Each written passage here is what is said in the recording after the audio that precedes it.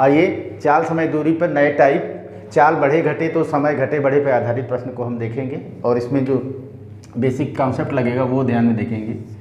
ये आपका यहाँ पे है, ये अगर कोई वस्तु v1 चाल से चलती है अपने गंतव्य स्थान, जैसे मान लो ऑफिस हो गया या घर हो गया, ऑफिस या घर t1 समय देरी से पहुँचे या पहले पहुँचे, या जब v2 स्पीड से चलेगा तो अपने गंतव्य स्थान पे t2 समय पहले या देरी से पहुँचे। तो जहाँ से चलेगा गंतव्य स्थान की जो दूरी है ये हम देते हैं चालों के गुणनफल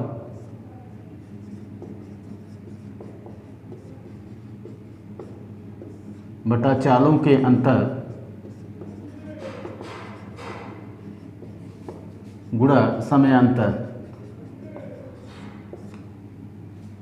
अब इसको हम शॉर्ट ट्रिक टाइप बना लेंगे, v1 v2 upon v1 minus v2 mod में इंटू डेल्टा टी। अब हम डेल्टा टी के लिए कॉन्सेप्ट बनाएंगे। अगर प्रश्न में देरी t1 देरी और t2 देरी है, या ये पहले है या ये पहले है, t1 देरी या पहले है या t2 देरी या पहले है, तो या तो देरी देरी हो या पहले पहले हो, तो समयांतर हमारा होगा डेल्टा टी बराबर t1 माइनस t2। लेकिन अगर ये हो t1 देरी हो और t2 पहले हो, या ये पहले हो या ये देरी हो, तो समयांतर डेल्टा टी बराबर t1 प्लस t2। देखिए ये जो आपको कॉन्सेप्ट मिला है, ये टाइप जो मिला है, उसमें दूरी का मेन कॉन्सेप्ट है दूरी बराबर चालों के गुणनफल बटे चालों का अंतर गुणे समयांतर, यानी d बराबर v1 v2 upon mod v1 minus v2 गुणे डेल्टा टी। मेन प्रॉब्लम आपका ये समयांतर निकालने के लिए होगा। अब समयांतर निकालने के लिए आपको कुछ करना है नहीं, बस ये ध्यान में रखना है कि पहला समय देरी है, दूसरा समय देरी है। अगर दोनों देरी देरी है या दोनों समय पहले पहले है, ये ध्यान में रखना। आप दोनों समय देरी देरी है या पहले पहले है तो समयांतर हमारा जो है आपस में घट जाएगा, सीधे माइनस करना है आपको t1 माइनस t2। अगर यही चीज़ पहला समय देरी हो दूसरा पहले हो, या पहला समय पहले हो और दूसरा समय देरी हो, पहले देरी अगर आता है या देरी पहले आता है, तो आपका समयांतर डेल्टा टी दोनों समय आपस में क्या होगा, जुड़ जाएगा, डेल्टा टी बराबर t1 प्लस t2। आइए जो दिया गया आपको टाइप है उस पर पहला सवाल देखते हैं। एक आदमी कोई निश्चित दूरी 10 किलोमीटर प्रति घंटा की चाल से जाता है तो वह 15 मिनट देरी हो जाता है। अगर वही दूरी वह 12 किलोमीटर की चाल से तय करता है तो 5 मिनट देरी हो जाता है। तो वह दूरी क्या है ये आपको बताना है। आपको प्रश्न में जो दिया है वो लिखना है। कैसे लिखना है ये देखिए, v1 10 किलोमीटर पर आवर ये आपने लिख दिया, और t1 15 मिनट देरी है, ये आपको यहाँ पे लिखना होगा। ये ऐसे आप लिख दीजिए। v2 आपका 12 किलोमीटर पर आवर है, ये आपने लिख दिया, और यहाँ पे t2 5 मिनट देरी है। ठीक, अब आपको मेन सवाल आपका है कि समयांतर आपको क्लियर करना है। अब समयांतर के लिए हमने पीछे आपको ट्रिक दिया है कि अगर दोनों समय देरी देरी है या पहले पहले, यहाँ दोनों समय देरी देरी दिया गया है तो सीधे समयांतर डेल्टा टी आप क्या करेंगे, घटा देंगे। दोनों समय घटे 15 माइनस 5, ये ऐसे आपने कर दिया इक्वल 10 मिनट, ये हो गया। अब दूरी का आपको फार्मूला पता है, दूरी d बराबर चालों का गुणनफल बटा चालों का अंतर गुणे समयांतर। चालों का गुणनफल पहला चाल 10 है, दूसरा चाल 12 है, 12 माइनस 10 ये अंतर हो गया, समांतर 10 मिनट दिया है, इसको घंटे में बदल लो क्योंकि आपका सवाल जो है चाल जो है कि घंटे में दिया गया है। तो घंटा में बदलने के लिए इसको हम 60 से भाग दे देते हैं। 12 दहाम 120 बटा 2 गुणे 10 बटे 60, 60 दूनी 120, 2 पंचे 10 किलोमीटर।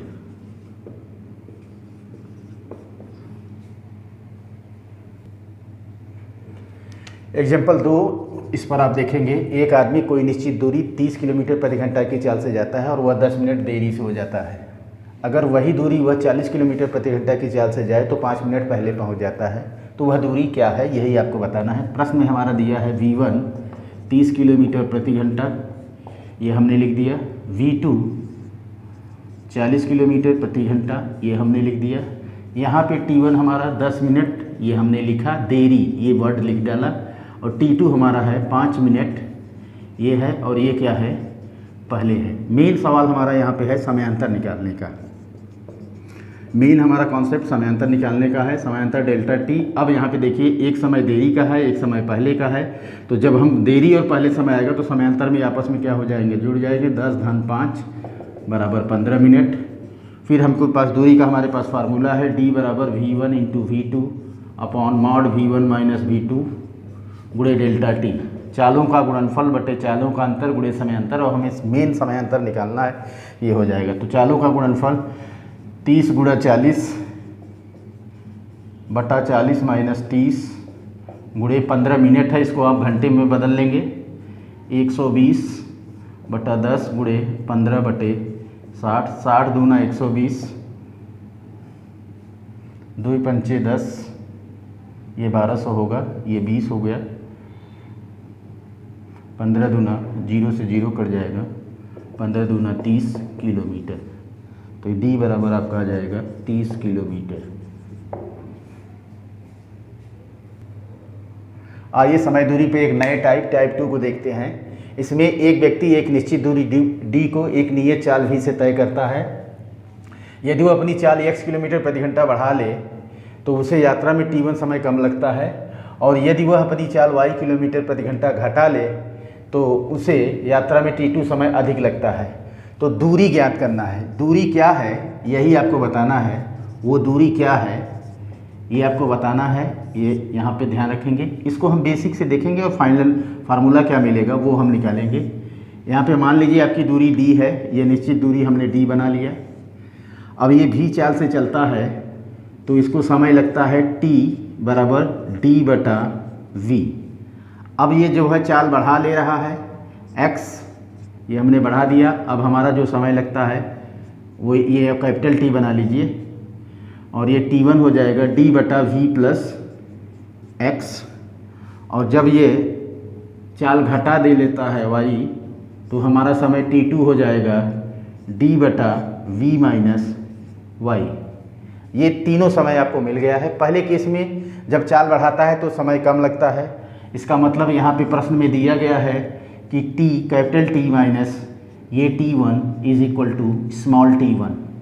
अब कैपिटल T की वैल्यू है D बटा V माइनस कैपिटल T1 की वैल्यू है D बटा V प्लस x, और ये हमारा दिया है T1 इक्वेशन फर्स्ट। और फिर सेकंड वाले में हमारा दिया है T2 समय अधिक लगता है, तो T2 माइनस T बराबर इसे माल T2। अब T2 आपका दिया है प्रश्न में D बटा V माइनस y और minus D upon V is equal T2। ये इक्वेशन 2 हुआ।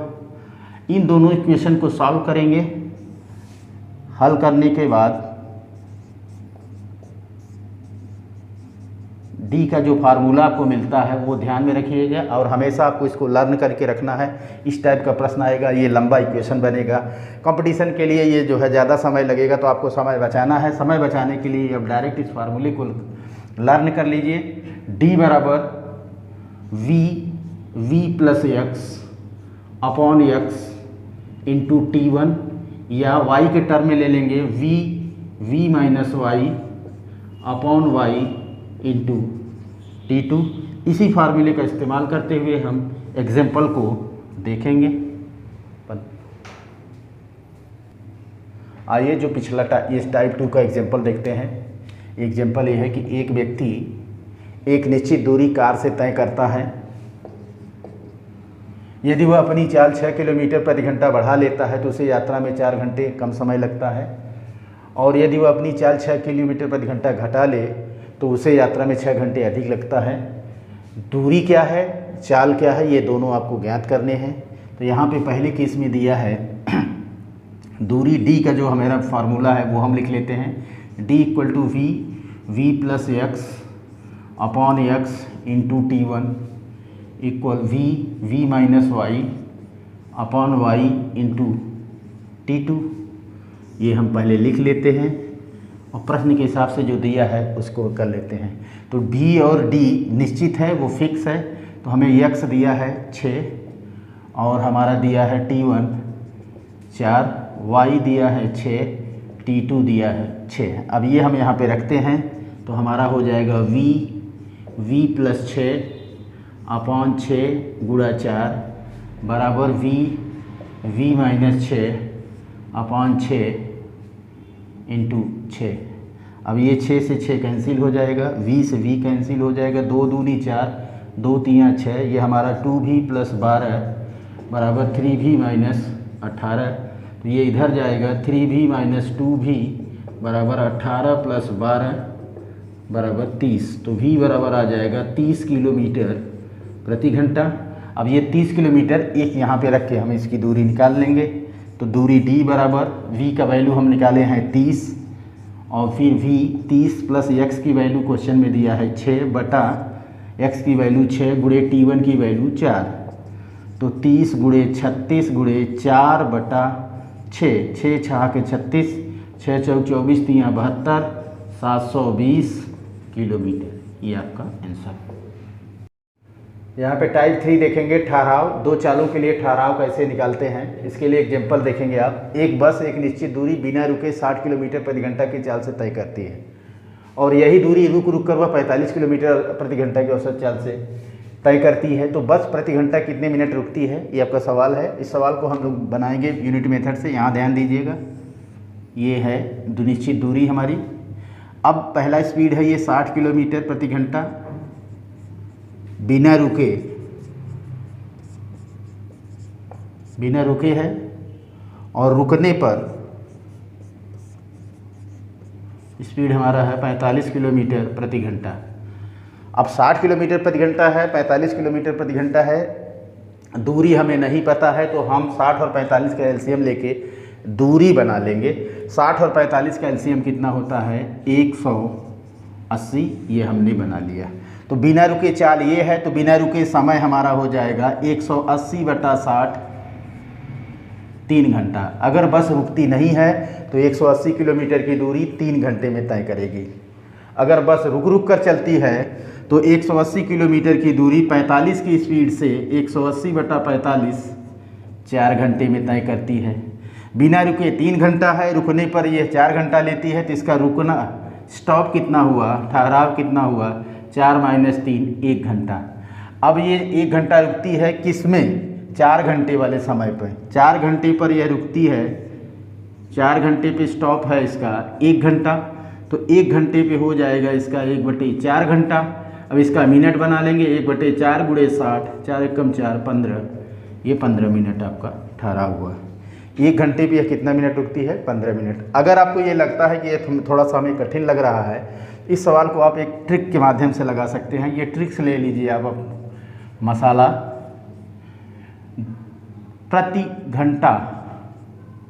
प्रति घंटा ठहराव, ये मिनट में बराबर है चालों